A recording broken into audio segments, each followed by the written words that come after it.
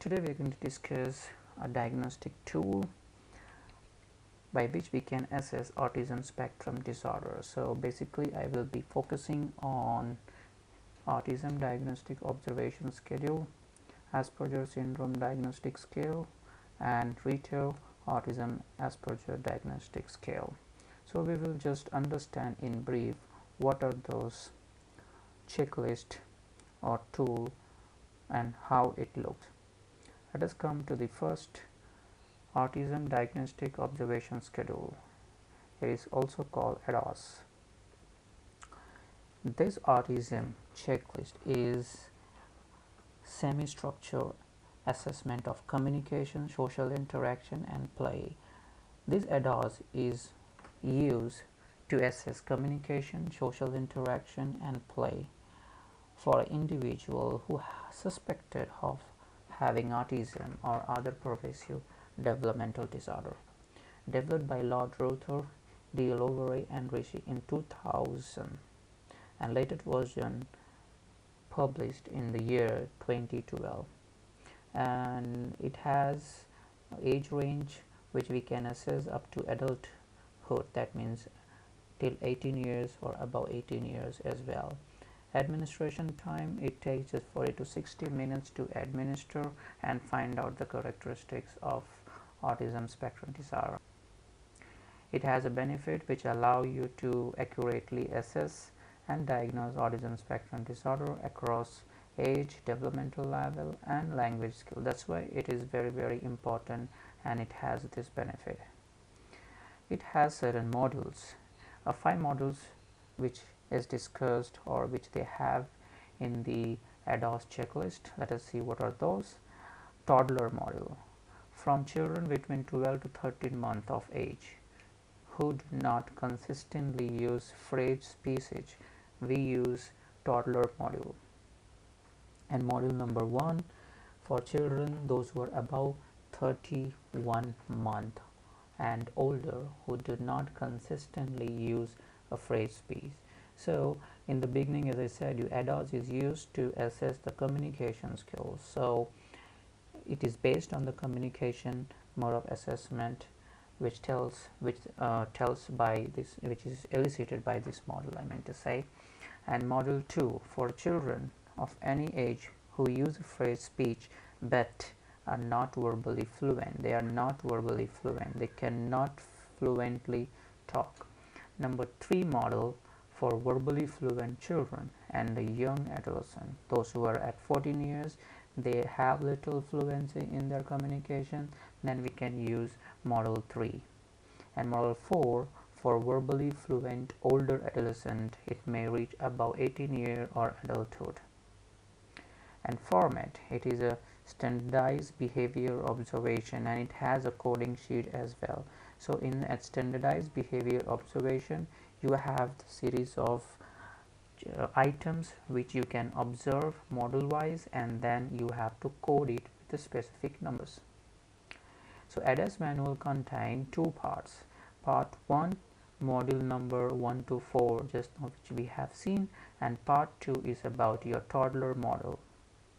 So the manual provides information on introduction to ADOS, like how it was developed, when it was developed, who has developed, and it describes an use of instrument, why we have to use this instrument, how we have to use, outline of the material, guidelines for selecting the modules as you have seen just now, administration and coding, individual section on module 1, 2, 3, 4. So each module you will get separately, scoring and interpretation procedure they have clearly mentioned, and developmental and psychometric issues, and separate toddler module section in part 2, which is used at the age of 30 months as we have seen just now. So scoring, so toddler module provides a range of concern reflecting the extent to which the child demonstrates behavior which is associated with autism spectrum disorder, and module 1 through 4 provides a cutoff score for autism spectrum disorder classification. whether the child is mild, moderate, severe, profound. So it will classify. And module 1 through 3 also provide a comparison score indicating the level of autism spectrum related symptoms compared to the children with other autism who are at the same age group in the similar domains of their life. It might be a language, communication, or any other personal area, recreational area. So module 1 to 3 gives a comparison, whereas module 1 to 4 gives a cutoff, says mild, moderate, severe autism levels. Let us move to the number 2, Asperger Syndrome Diagnostic Scale. In short form, it is also called ASDS. So ASDS diagnostic scale, it's very quick, easy to use rating scale that can help to determine whether the child has Asperger syndrome, published by WPS for clinician, educator, and researchers. See, it is developed by Berenda, Mells, Richard Simpson, Stati in the year 2000. The purpose? To identify whether the child has Asperger syndrome. Remember one thing, Asperger syndrome may have a above average intelligence or average intelligence. Their IQ is quite good. They may have a socialization problem, but in academic they would be outstanding. Age range 5 to 18 years. So this scale can assess 5 to 18 years children, and it has a pencil and paper where this format involves, so it's very easy. It will take you around 10 to 15 minutes to administer, not more than that. And what are the benefits? It has a 50 items with yes or no. You need to just take yes or no, which represents the symptomatic behavior of Asperger syndrome, which is divided in the 5 areas or 5 domains, you can say, that is cognitive, maladaptive, language, social, and sensorio-motor. So this is very important domain to find out, because all 50 items has been equally classified between these 5 domains. It indicates the likelihood that individual has Asperger syndrome. So these 5 domains will tell you whether the child has Asperger syndrome or not. And it has a 50 item, as I said to you, with yes or no items, and the subscale is divided into language, social, maladaptive, cognitive, and sensory motor, just now, which we have seen. So these are the subscales which you will get separately and with the different items. And scoring, the total score has a strong diagnostic value in identifying the individual with Asperger syndrome, and it is closely scored to be used when determining the likelihood of Asperger syndrome. So this contributes greatly to ease of administration and cut off down otherwise time consuming testing procedures. So it has very clear cut scoring procedure and diagnostic procedure, where you can find out whether my child has Asperger syndrome based on the symptomatic procedure or based on the symptomatic characteristics. And third one is your Ritvo Autism Asperger Diagnostic Scale, that is also called RAADS. See, this test is designed to to administer by a clinician in the clinical setting, and such is of limited use for self-diagnosis. See, this too is very good.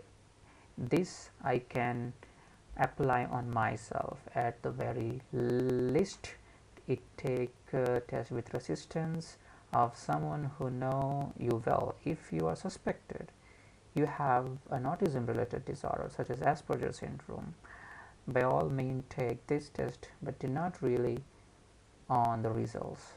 So what you can do is, if you suspect that you have the symptom of Asperger syndrome, you can take this test yourself. No need to go to the clinician. I mean to say, no need to wait for a long, just go to the clinic and just tell them, they will try to help it out.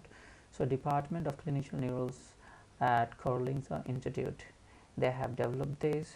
The purpose is very clear, to identify the patient who may have underdiagnosed or undiagnosed ASD, or to find out the self-diagnosis or self-symptomatic disorders.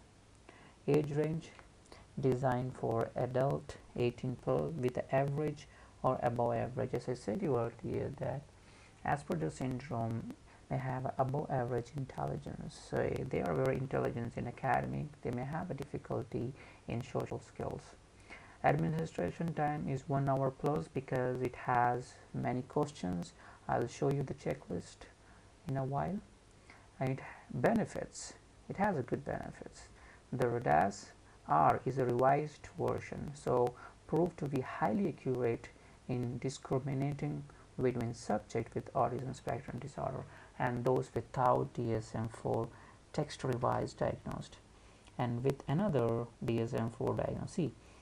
Sensitivity 97, the 100%, 0.987, these are the accuracy level which it says that the RAADS has a great accuracy in identifying the symptom of Asperger.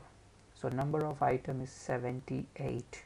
It has 78 items, and the revised version has 80 items. That means RAADS R has 80, whereas RAADS contain only 78. Whereas subscales, RAADS has 3 areas. They are language, social relatedness, and sensory motor. So this 3 domain is of old version RAADS, whereas in the new version they have 4 areas, that is social relatedness, circumscribed interest, language, and sensory motor. So number 2 has been added new because they have to understand the child's interest. And the material, it is designed of the revised scale. The RAADS R contains 64 symptom based questions and 60 non-symptom based responses. We will see how it looks. So the questions were divided into 4 subscale based on the DSM. Social relatedness, which has 39 questions, which you can see the numbers. I will show you the checklist, then you can find out this number, because the checklist doesn't divide domain wise. It is in one way from 1 to 80, and you need to find out which is social relatedness. So in the manual it is very clearly mentioned that social relatedness has 39 questions. Then number 2, circumscribed interest, has 14 questions. These are the question numbers. Then language, which has a total 7 questions, and sensory motor total 20 questions. So these are the questions which they have mentioned domain wise, and these are the checklist you can see. So this is the first page, how it looks. See, where you have to just say your name, your address, phone number, and it's just a demographic detail before taking RAADS. So this the patient has to fill themselves. They will be given paper and they have to just write their own, like how you go in the clinic and doctor give you a form, you will fill and just you give back. So same way as you have to do it, and then you have to return. Based on that, and they will assess with this checklist. So you will be given this checklist again, then you have to try to tick the particular column which says true now and when I was young. For example, let us say first question, I am a symptomatic person. So if you think that you are a symptomatic person, then you see those ratings, true now when I was young. So true now only, or true only now. Now I am symptomatic, but true now when I was young, even you can write that, but true only when I was younger than 16 you can put. So it's very clearly understandable, and if it is never true, just tick that. So what you have to do is you have to just tick exactly what you feel, whether you are present or before or after 16 years.